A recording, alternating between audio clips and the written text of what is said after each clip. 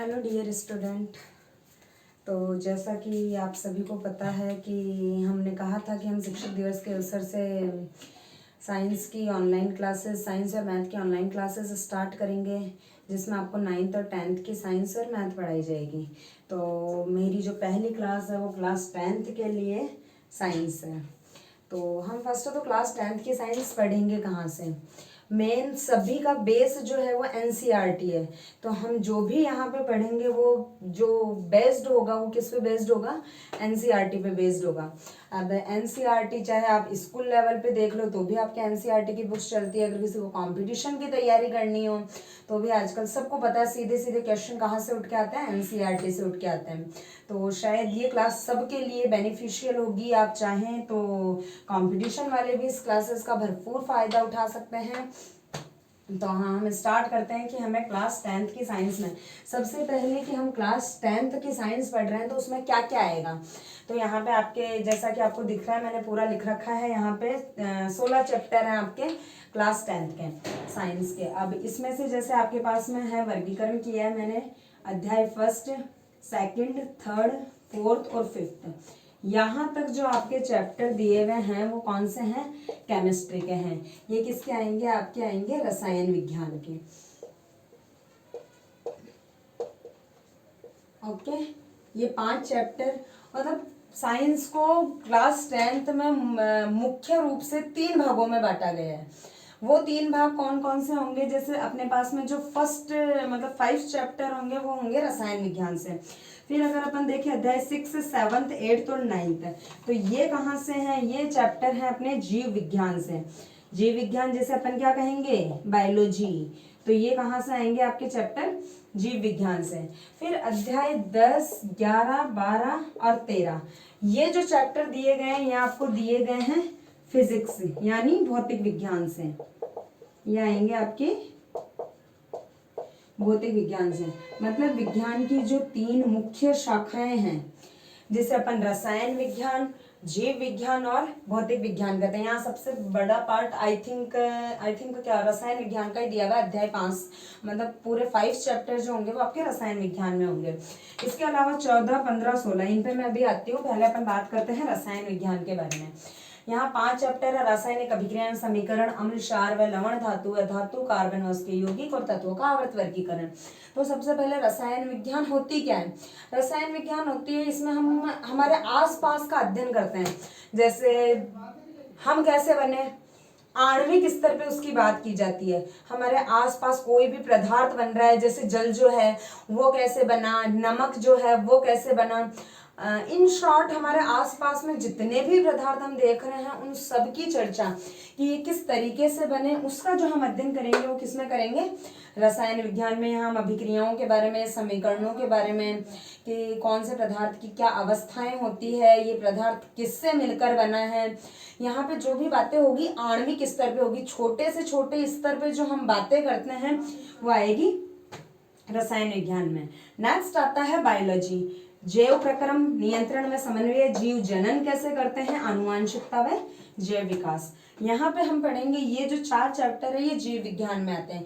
जीव विज्ञान की भी मेन रूप से 2 शाखाएं होती है। अगर आपने सुना हो तो बॉटनी और जूलॉजी, जब अपन आगे की क्लासों में जाएंगे 11th 12th में तब ये शाखाएं देखने को मिलती है। बॉटनी में अक्सर पेड़ मतलब जो पादप वगैरह होते हैं उनसे संबंधित अध्ययन किया जाता है, और जूलॉजी में जानवरों से संबंधित अध्ययन किया जाता है, जीव जंतु जो होते हैं।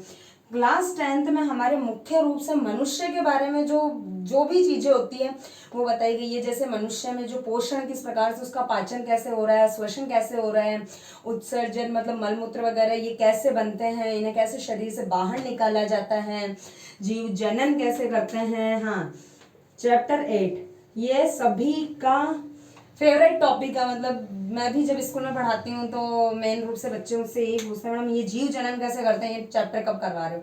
इस चैप्टर में मजा आ जाएगा। तो भी थोड़ा इंटरेस्टिंग टॉपिक है तो इसे भी हम पढ़ेंगे। और आनुवांशिकता व जैव विकास, ये चैप्टर थोड़ा हमारा दिमाग का दही करने वाला चैप्टर है, लेकिन हम इसे भी हंसते हंसते बहुत अच्छे से करेंगे। तो ये 4 चैप्टर है। जीव विज्ञान जो है ये थोड़ा लेंदी है और बाकी बहुत इंटरेस्टिंग है। इसमें आपको बहुत इंटरेस्ट आएगा इस वाले पार्ट को पढ़ने में। लेंदी है मतलब ये बहुत भारी पार्ट है यहाँ का।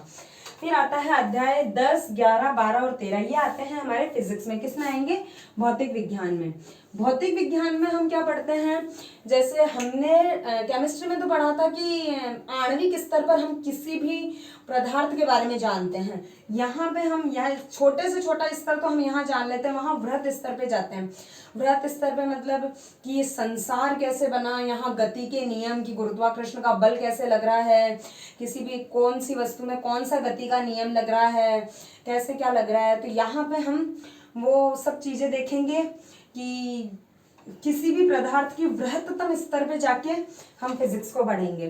जैसे यहाँ पे प्रकाश परावर्तन तथा अपवर्तन, मानव नेत्र के बारे में। इस मानव नेत्र मतलब जो हमारी आंखें वो एक कैमरे की तरह काम करती है, तो यहाँ पे हम संपूर्ण जो हमारा मानव नेत्र है उसके बारे में पढ़ेंगे। अध्याय 12 और 13 में हम विद्युत के बारे में पढ़ेंगे।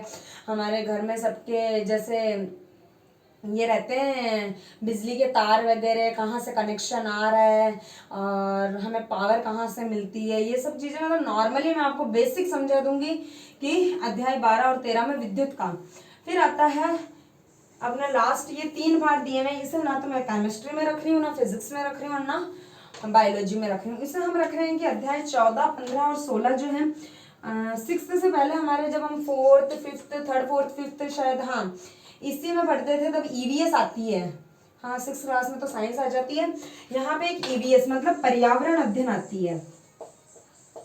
14, 15 और 16 पर्यावरण अध्ययन पढ़ते थे हम जब 6th में। साइंस से पहले जो हम पढ़ते हैं वो पर्यावरण अध्ययन पढ़ते हैं।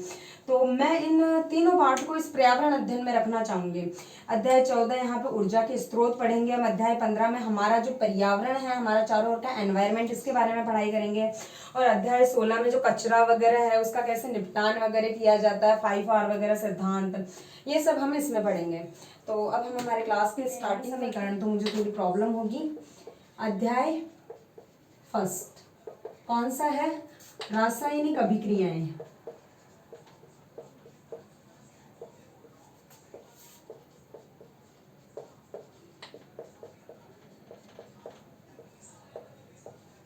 रासायनिक अभिक्रियाएं व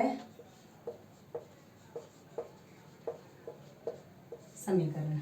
हाँ तो अभी मैं इस चैप्टर में आपको क्या पढ़ाने वाली हूँ, तो सबसे पहले तो देखिए फ्लो चार्ट बनाते हैं इसका, कि सबसे पहले तो अपन रासायनिक परिवर्तन के बारे में पढ़ेंगे।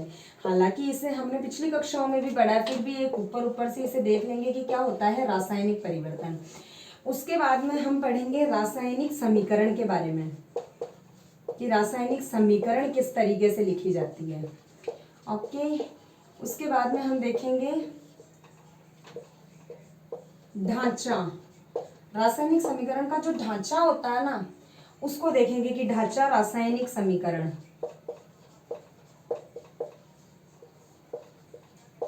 इसके बारे में भी पढ़ेंगे। अभी आपके मन में बहुत सारे सवाल होंगे कि क्या होता है ढांचा रासायनिक समीकरण। और एक पढ़ेंगे हम समीकरण संतुलित करना।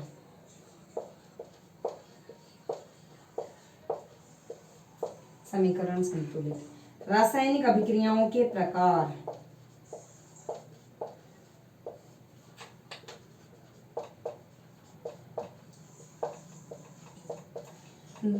फिलहाल अपना पढ़ाने का तरीका इस तरीके से रहेगा कि पहले मैं आपको सारा समझाऊंगी, उसके बाद में हम नोट्स लिखेंगे। तो आज की क्लास में सिर्फ समझाने का रहेगा, कल की क्लास में जो भी आज हमने समझा था वो नोट्स सारे हम कल की क्लास में लिख देंगे। फिर एक आता है संक्षारण और एक आती है विकृतगंधिता।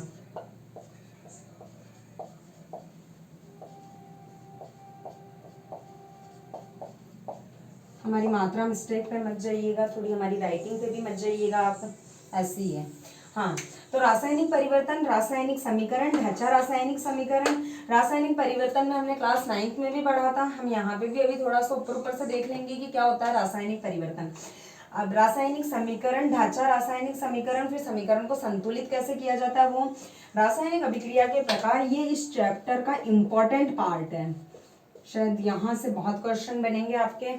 रासायनिक अभिक्रियाओं के प्रकार, संक्षारण और विकृतगंधिता, ये दोनों छोटे छोटे टॉपिक हैं, तो ये तो हो जाएंगे। क्या होता है रासायनिक परिवर्तन? सबसे पहले रासायनिक परिवर्तन कि जैसे अगर मैंने कोई चीज ली, कोई लोहे का टुकड़ा है, छोड़ो मार्कर को लेती हूँ मैं, मैंने क्या किया, इस मार्कर के कैप को किया ओपन, ठीक है। अब मैं वापस लगा सकती हूँ ना इसे, तो ये लगा दिया मैंने वापस। और सॉरी, हाँ कैप खो गया हमारा, इधर गया इधर आ गया, हाँ। तो अब क्या है कि मैं इसे वापस लगा दिया, तो ये रासायनिक परिवर्तन हुआ क्या। रासायनिक परिवर्तन वो होता है कि जैसे अगर मैंने किसी चीज को वापस उस अवस्था में नहीं आ सकता, ये जो मैंने किया वो अभी भौतिक परिवर्तन था, इसमें अपन पुनः अवस्था वही प्राप्त कर सकते हैं। जैसे मैंने अगर इस कैप को खोला है तो मैंने इसे वापस बंद कर दिया, वापस पुनः अपनी अवस्था में आ गया। ऐसा तो नहीं है कि कैप एकदम अलग होने के बाद वापस कभी अपनी अवस्था में आएगा ही नहीं। और जैसे और एग्जाम्पल लूँ मैं, मतलब डिफरेंस बता रही हूँ भौतिक परिवर्तन और रासायनिक परिवर्तन में। एक एग्जाम्पल अगर और लिया जाए, जैसे नमक है, ये जो रूम है जहाँ मैं पढ़ा रही हूँ आपको, अगर मैं यहाँ पे अगर नमक की थैली लाके यहाँ पे मैं पूरे रूम में बिखेर दूँ तो वो किस में आएगा, भौतिक परिवर्तन में आएगा। ऐसा तो नहीं है कि नमक बिखेर, जैसे नमक का जो फॉर्मूला होता है वो NaCl होता है, तो ऐसा तो नहीं है ना कि अगर मैंने नमक को बिखेरा तो Na अलग हो गया और Cl अलग हो गया, ऐसा कुछ नहीं होगा। तो ये किस में आएगा आपके, ये भी भौतिक परिवर्तन में आएगा। और जैसे कोई लोहे की चीज है, अगर मैंने उसे बहुत टुकड़े टुकड़े टुकड़े टुकड़े कर दिए, लोहा जो होता है वो अपने पास में Fe होता है, तो उसका जो छोटे से छोटा कण रहेगा वो भी Fe रहेगा। ऐसा तो नहीं है कि वो Fe से Cl बन जाएगा या Fe से Na बन जाएगा अगर उसका टुकड़ा छोटा रहेगा तो ये सब तो आते हैं भौतिक परिवर्तन में, कि अगर अपन इसे इसकी अवस्था चेंज करें या कुछ भी चेंज करें, वापस ही उसी अवस्था में अगर आ जाए। जैसे Fe है, लोहा है, अगर हम छोटे छोटे छोटे छोटे टुकड़े करते हैं तो वापस उससे कोई चीज बना सकते हैं।